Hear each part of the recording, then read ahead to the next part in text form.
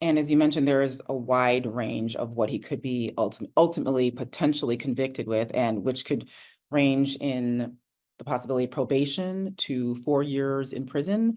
What's the likelihood, considering a little bit of, well, obviously it's up to the jury, but there's been some hesitance by Judge Merchan in terms of some of his rulings. Initially, it took a while for him to go to rule on this gag order.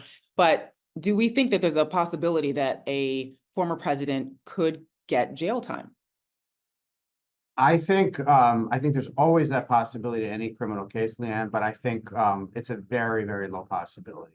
I think first of all, it's my understanding that this criminal statute in New York is rarely used. It's rarely used under these circumstances, and it's even rare that defendants go to jail for violations of this business records crime, even when it's escalated to a felony. So I think the comparators will suggest that jail time is not warranted.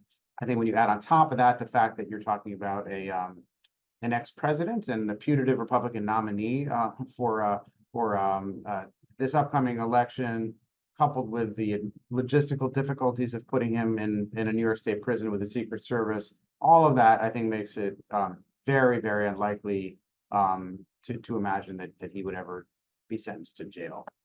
Could happen. I know he's there's no love lost right now between Trump and Judge Merchan, but I would find it close to impossible to believe he could get sentenced to jail, at least on these facts.